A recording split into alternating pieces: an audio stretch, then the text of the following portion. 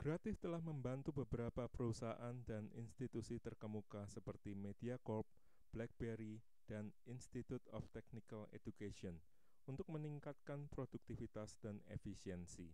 Dengan menggunakan teknologi mobile, produktivitas, efisiensi, penghematan pengeluaran, kecepatan, dan informasi yang lebih detail dapat lebih ditingkatkan. Nah, contoh pertama, misalkan ada seorang anak yang berlari dalam suatu taman yang berbentuk lingkaran. Nah, apabila anak itu bergerak misalkan dari titik A ke titik B. Di sini ketika kita ditanyakan jarak yang ditempuh oleh anak tersebut, maka kita dapat melihat bahwa jaraknya adalah panjang dari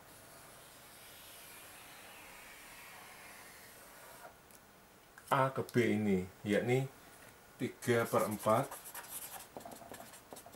dari keliling lingkaran tersebut. Namun, perpindahan yang dilakukan oleh anak tadi dapat kita lihat bahwa perpindahan merupakan perubahan posisi. Jadi, dari posisi awal A ke posisi akhir B. Nah, ini adalah perpindahannya.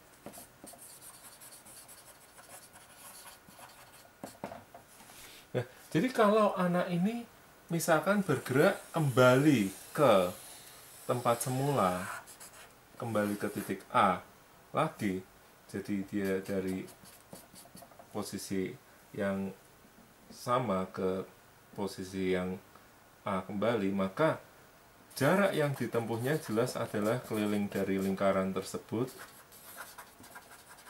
Namun perpindahan yang dilakukan oleh anak tadi adalah 0 karena dia tidak mengalami perubahan posisi, di mana posisi awal dan posisi akhir pada tempat yang sama. Contoh yang kedua, misalkan di sini kita mempunyai suatu lintasan lurus. Sebut saja misalkan lintasan PQ. Nah, apabila ada seorang anak, misalkan Amir bergerak dari P ke Q. Nah, di sini kita beri suatu nilai kelajuan rata-rata, misalkan 30 meter per detik. Jadi V di sini adalah kelajuan rata-rata. Lalu setelah sampai di Q, si Amir bergerak kembali ke P, di mana kelajuan rata-ratanya kita beri nama V2 misalkan 60 meter per detik. Nah, sekarang kalau kepada kita diminta untuk mencari kelajuan rata-rata dari P ke Q lalu kembali lagi ke P atau kelajuan rata-rata total.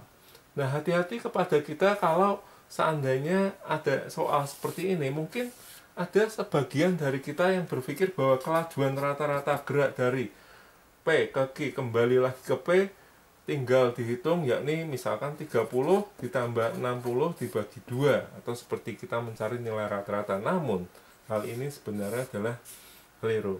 Kita tidak menghitung kelajuan rata-rata dari gerak Amir tersebut seperti ini, dimana seperti menghitung kelajuan rata-rata 30 tambah 60 dibagi 2 yang kita dapati nilainya 45. Nah, kita akan melihat bagaimana kita menyelesaikan soal ini.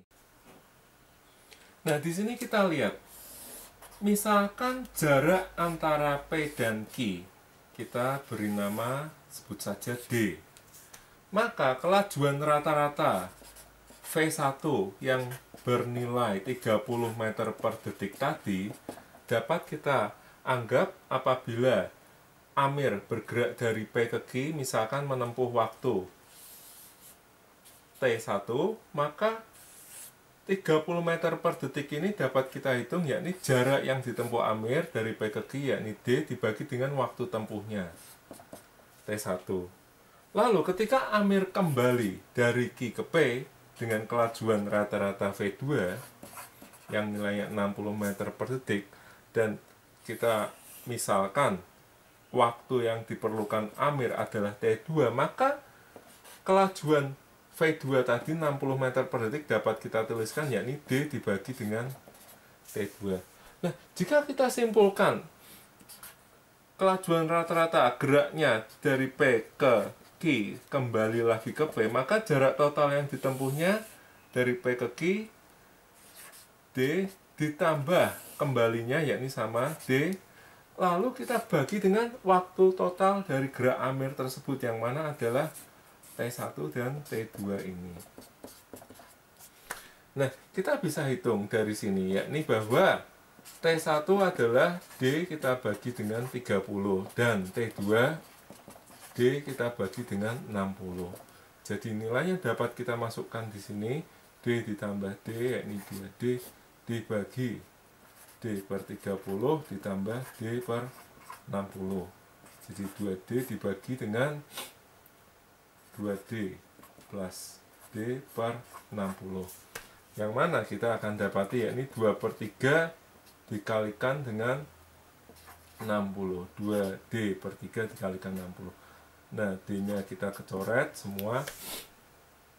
Jadi 2 per 3 dikali 60, yang mana kita dapati nilainya adalah 40 meter per detik. Jadi kelajuan rata-rata total dari gerak Amir tersebut ternyata bukanlah 45 meter per detik, tapi di sini dengan menggunakan definisi yang benar dari kelajuan rata-rata kita dapati nilainya adalah 40 meter per detik.